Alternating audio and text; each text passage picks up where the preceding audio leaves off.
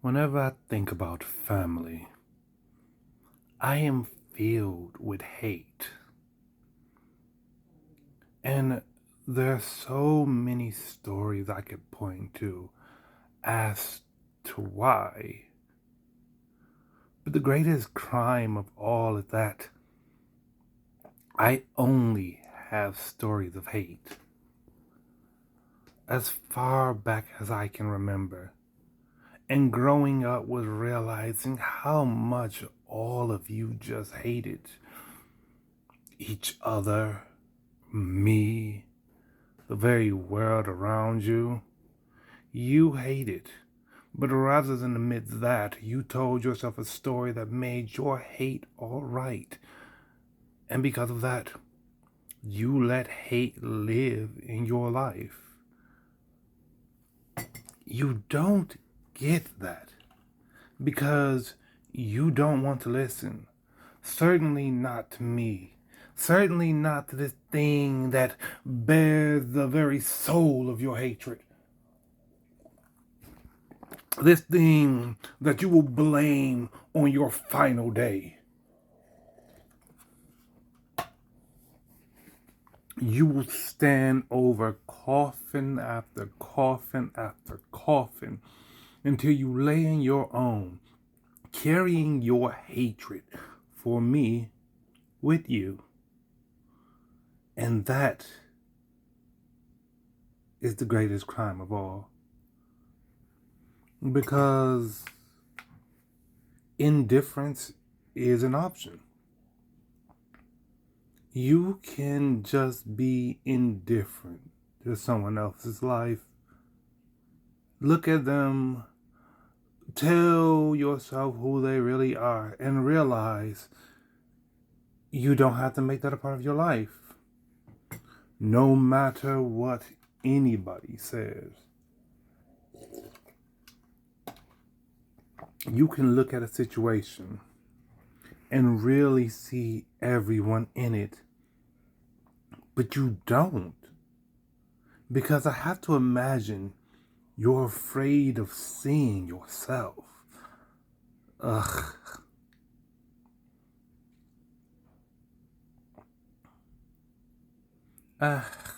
Just a question they would always ask. Oh, why didn't you tell us this thing? Why didn't you tell us that thing? It's like, why didn't I tell people who, at every opportunity to hear something good about me, was quick to tear me down afterwards?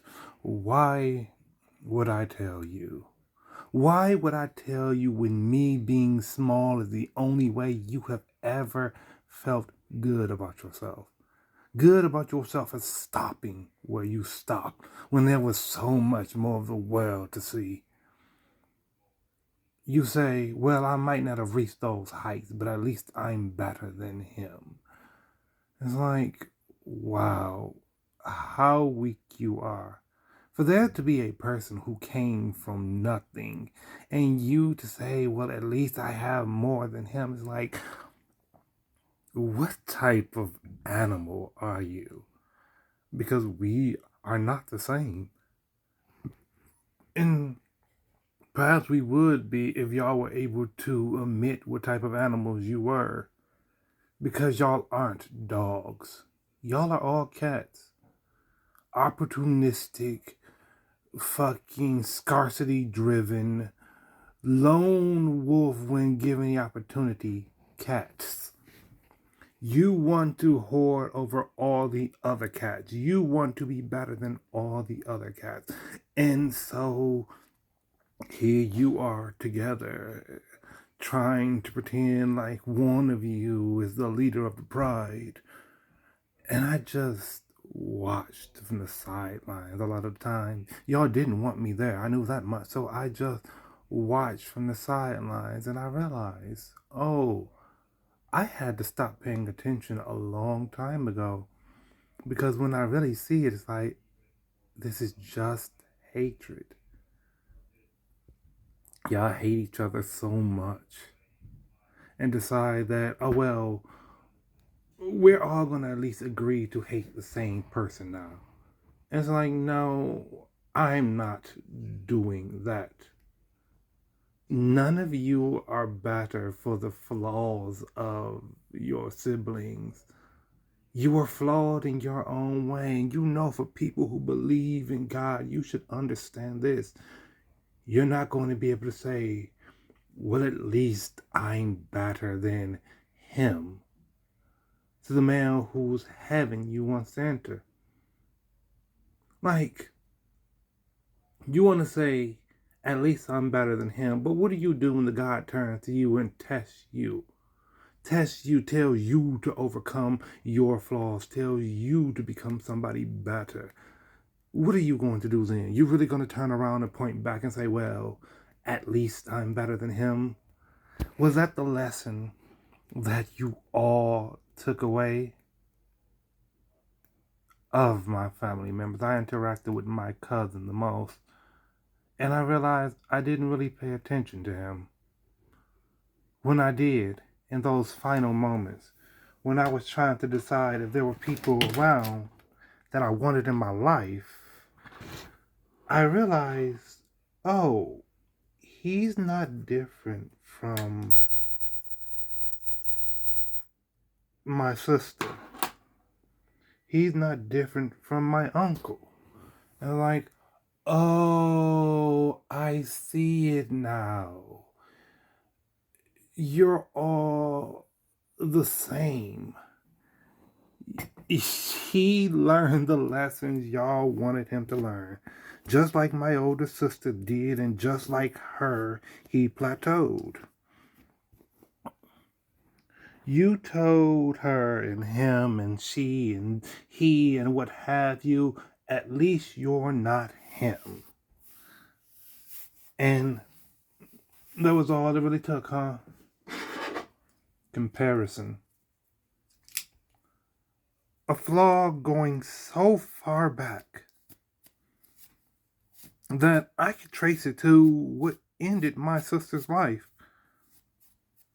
I don't have positive stories about my family. And one of the worst ones is one from when I was 5 years old. And I know this because I was in kindergarten at the time. It is the first moment one of you was compared to me, in front of me at the very least. Based on the logic of that, you've been comparing yourself to me for a long time. But no, longer than I even knew language, frankly. Still, that moment is of my older sister failing a spelling test, and my uncle pointing at me and saying even he knows how to spell this word. And when I think back, it's like not difficult to defend my older sister, but I am a child. It is not my job to do that. It's the job of an adult to teach, and rather than do that, you tell them the worst lessons. So my uncle points at me and says, even he can spell that word. And it's like, no, I can't. Honestly, I'm in kindergarten at this time. I am learning 4-letter words. I did not yet learn the complexity of soft G's and silent E's. I did not yet learn linguistics as I have nowadays. I see language is concept. It is complex. And you all didn't really speak it. But you didn't say that. You didn't say, I don't know how to help here. You said, well, at least you're not him. Or when they failed, it's like, even he can do better than that. It's like, that made her 6 years old at the time, which means at 6 years old, she had already had it ingrained in herself that she had to at least be better than me. It's like, she's not. She can't be because she doesn't know who I am and I do not yet know who I am. It's not I that she has to be better than. It is not me, it is herself. Be better today than you were yesterday. Learn. Because that's what learning is. It is oftentimes making a mistake and showing up the next day.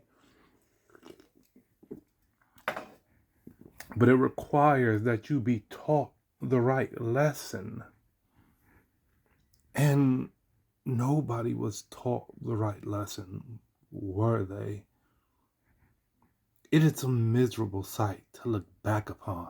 My heart, it truly aches for you because you had beneath you seeds that could become gods and you squandered them because you first and foremost don't know what a god looks like. And secondly, can't really let somebody be a god if they're going to be above you. You were supposed to be the first, but you were so bad at loving each other that every time you said the word family, it never sounded like love. And it took me a long time to figure out what it sounded like. And then I learned it's like, oh, this is the sound of the plantation. This is the sound of people in chains, bound to one another, feeling horrid, but at least being able to turn around and say, they're not the broken one. This is the lesson that you turned family into. Because it's never about why that person is good. It's only about how close to you they are in chains. And if their links are that far down, it's like, okay, well, they're more that than this, so I don't have to. It's like, you absolute fools. You want somebody to carry you forward, but you have to make sure they're distant from you in chains. Ugh, you think to enslave gods. It's like, your gods were never slaves, even the worst of them. They came down and tried to teach you lessons. And the only lessons you were ever willing to learn were ones that made you feel good about yourself. And you didn't know how to feel good about yourself for a long time. So the only lesson that stuck was, well, at least I'm better than him. It's like, so those who cannot say this, or those who do not believe it, are simply meant to die, so that you all may feel good about yourself a little longer. They must suffer because you're too scared to lose.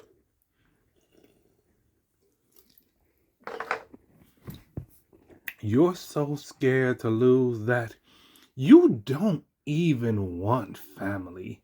You just want to hold on to something.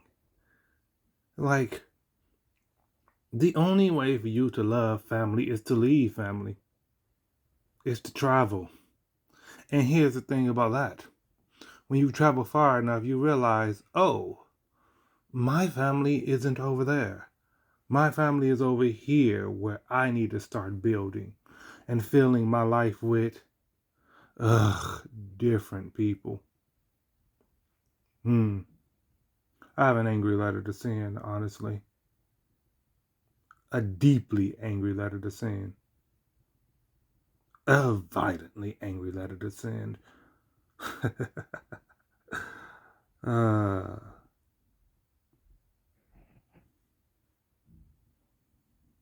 and I must send it.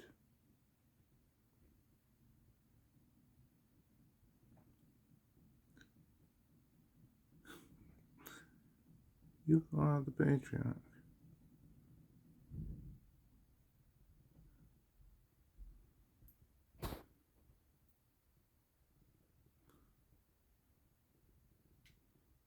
Have you learned anything? Ugh. You have not learned anything because you refuse to learn anything that makes you feel bad about yourselves. You will learn nothing from this. You will intentionally mishear it because if you were to hear it correctly, it would be like, whoa, no. Then I am the one who is wrong.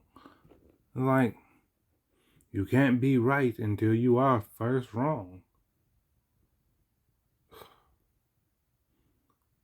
And you must first be wrong about how it doesn't feel good to be simply better than someone else. Yeah, when I was in kindergarten, I couldn't spell the word orange. Then I learned English and spoke it in the most eloquent way.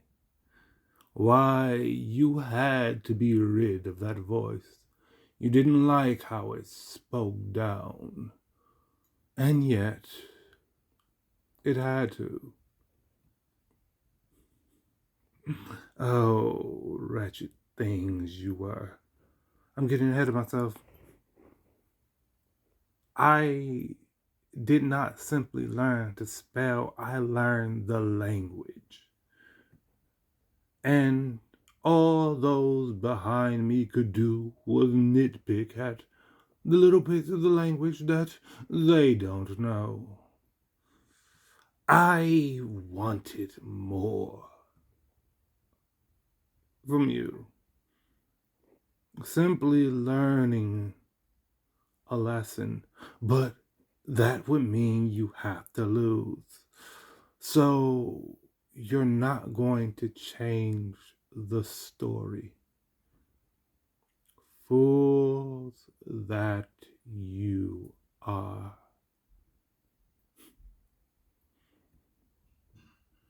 Yeah, I don't have any positive stories to tell about family. And I would be wrong about everything I said here if I did.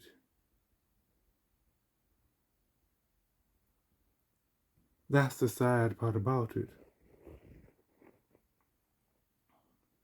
But I can't be wrong because the start of my story with my family was I spent all my life seeing them tear me down. And you don't want the story to be that. Fools that you are. Fools that you are.